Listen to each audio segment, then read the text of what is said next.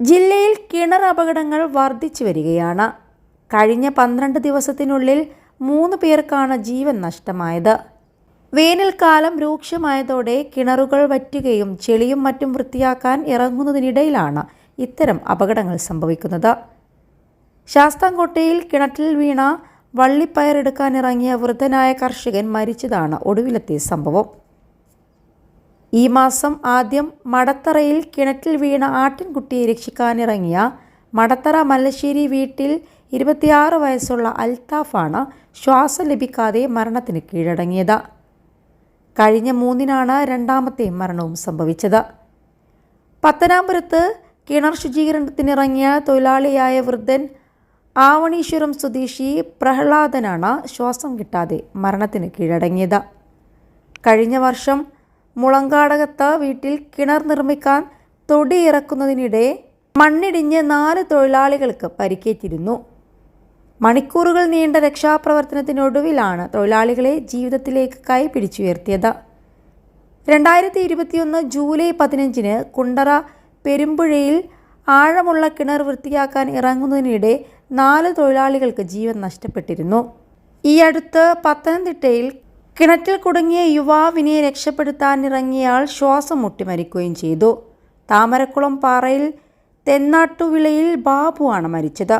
താമരക്കുളം ഇരപ്പൻപാറ അനീഷിൻ്റെ വീട്ടിലെ മോട്ടോർ നന്നാക്കാൻ ഇറങ്ങിയതാണ് സുഭാഷ്.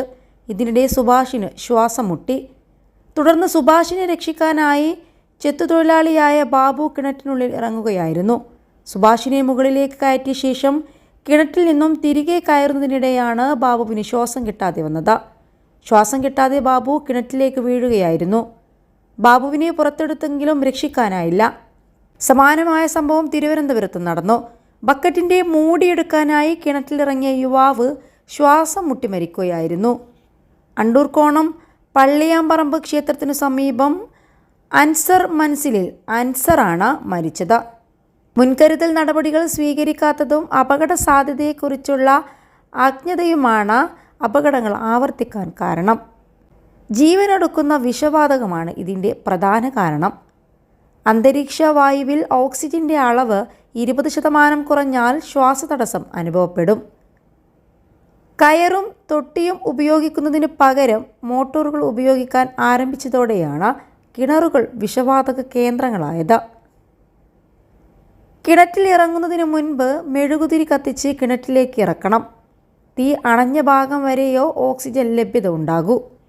ശ്വസനോപകരണങ്ങളുടെ സഹായത്തോടെ കിണറ്റിൽ ഇറങ്ങുന്നതാണ് ഏറ്റവും ഉചിതമായ കാര്യം. കിണറ്റിൽ കുടുങ്ങിയാൽ തുടർച്ചയായി വെള്ളം തളിച്ച് വായുസഞ്ചാരം വർദ്ധിപ്പിക്കണം.